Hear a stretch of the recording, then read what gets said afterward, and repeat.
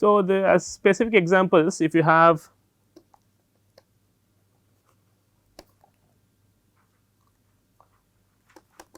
M1, right, where VI's are exponential with parameter mu. MM1 means arrivals are Poisson, service times are exponential with parameter mu, of course, lambda is less than mu, right. In this case, what happens? WQ bar is lambda expected V square by twice 1 minus lambda over mu, right. What is expected V square? Second moment of an exponential. What is that equal to? 2 over mu square? No, 2 over mu square, right. The second moment is 2 over mu square. That is, so lambda times 2 over mu square over, so this I can call rho, right. Lambda over mu is the load on the system, right. 1 minus rho, this 2 and 2 cancels, that is equal to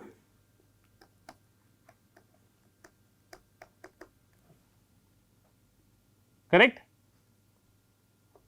WQ bar is 1 over mu times rho over 1 minus rho, and W bar is simply WQ bar plus expected service time of the job, which is 1 over mu, correct, which is equal to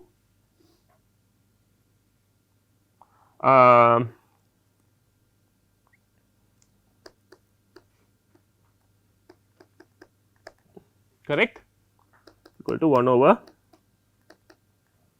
mu minus lambda. Okay. This is just algebra. I am just plugging into pk formula. If you have MD1, what happens?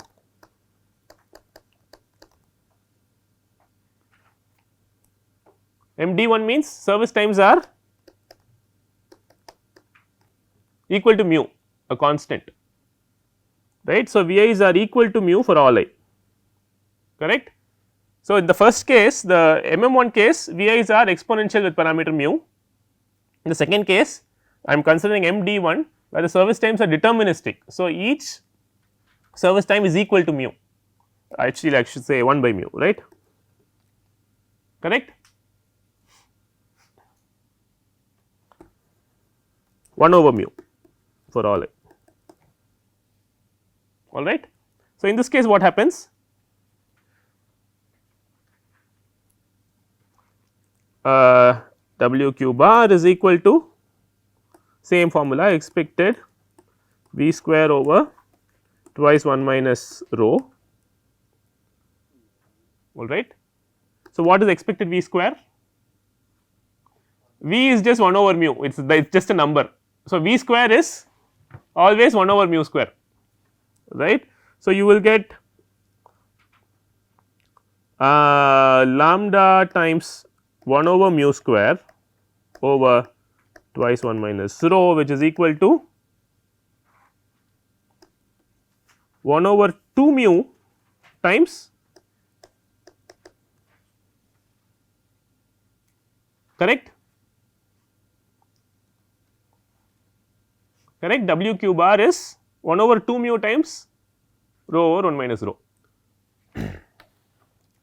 So, how does the MM1Q and MD1Q compare? How do they compare? So, if I have a given arrival rate lambda and a given expected service time which is 1 over mu, let us say I hold lambda and mu constant, but in case 1 it is exponential service times, in case 2 it is deterministic service times, right. So, my waiting time in the queue is a factor of 2 better when the service times are deterministic for the same service rate and arrival rate. Arrival process is the same Poisson process, service process is different, one case it is exponential, other case is deterministic, but the rate is the same. So, the MM1Q has twice the waiting time on an average compared to MD1Q, correct. Why is that? intuitively?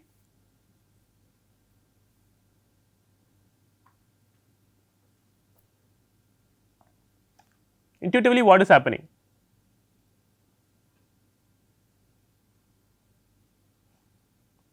See, in the MM1 case, the residual service time is also an exponential, right. So, the variance of the exponential is greater, right, the variance of the MD1Q is 0, right, there is no variance in play, right. So, the residual time is basically only half as long in some sense, right. So, you will get this sort of a behavior. Okay. After all, see the queuing, the waiting time in the queue is simply lambda this quantity, which is the, what is this, lambda expected v square by 2 is what? The expected residual time. So, it is expected residual time over 1 minus load. So, if you fix the load, so the expected, so what matters is the expected residual time, and in the exponential case the residual time is, what is the expected residual time? See, the when a job comes in, the residual time of the customer in service is still exponential, which is mean 1 over mu, whereas if you come into an MD1 system, the person in service will have, see typically it takes only 1 over mu to deterministically to serve a person. So, when you come in, a person arrival will see half of that, right, half the job would have been eaten on an average, only half will be pending, correct. So, it will be the residual time will be half as small, I mean half as big, right. So, you have half the waiting time, is that clear? So, that is the intuition. So, that is why you get a factor of 2, which is not there in the MM1Q. See, there are more extreme examples you can make up, you can keep the load the same and make expected V square very large, okay. In fact, you can make it unbounded, you can even make it go to infinity, okay. In fact, this time average renewal reward theory is still valid when expected V square is unbounded, okay. So, you can have a system, you can have an MG1 system which is stable in the sense that the queue will, I mean infinitely often you will have the queue renewing, meaning that there will be arrivals to the empty system infinitely often, but the expected waiting time in queue will become infinity, because expected V square is, you can make expected V square infinity, right. You can make up distributions like this, variance can be made infinity for a given expected V, correct.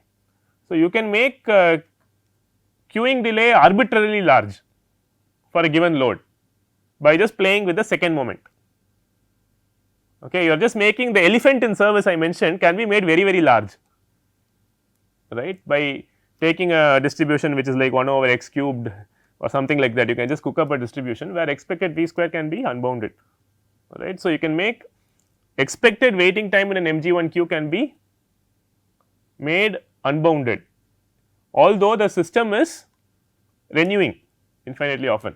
So, the funny thing is that you will see expected renewal times will be finite, okay, but the expected waiting time seen by an incoming arrival will be infinite, okay. So, after all, what am I saying, right, if you go back to this picture, expected x1r is how much, right. Here if you in this picture we know that expected x1r over expected x1r plus 1 over lambda is equal to how much? Lambda, this is just rho, right, lambda expected V. So, from here what is expected x1r? Can you just tell me quickly?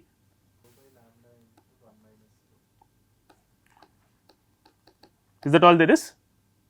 So, this does not depend on, see this is just lambda expected V over 1 over lambda times 1 over 1 minus lambda expected V, right. So, this has no dependence on second moment, correct, it has only dependent on expected V. So, you fix an expected V as 1 over mu, you fix it, you fix a rho. So, your expected renewal durations are finite, but the incoming job, the incoming customer is seeing a unbounded expected waiting time, because the incoming customer sees expected V square, not just expected V, and expected V square can be made very large for a given expected V, for a given row, correct. You can make it as large as you want. Is there a contradiction here? There is no contradiction, because when you are seeing from outside, you see the behavior of this renewal process renewing in finite expected time, but an incoming Poisson arrival sees an elephant in service, right, whose residual time itself is expected V square, right, lambda expected V square over 2, right, and that can be very large, right. So, a person who is observing from outside will see the system renewing infinitely often, but at any given time the job and service is very huge in expectation. So, the Poisson arrival which sees the elephant in service will wait for a very long time if expected V square is very large. See what I mean? So, what we are saying is that the expected waiting time in queue can be much larger than the expected busy period duration. You may think that the busy period is the sum of all the of all the waiting times, but that is not really true. It is the sum of waiting times, but the person who is coming into the queue sees an exceptionally large job at the server, right, and person who is seeing the entire system evolve over a long time is not predisposed to seeing very large files sitting at the server. You see what I mean? It is a little bit like your bus stop example. So, let us say buses are going according to a renewal process in a bus stop.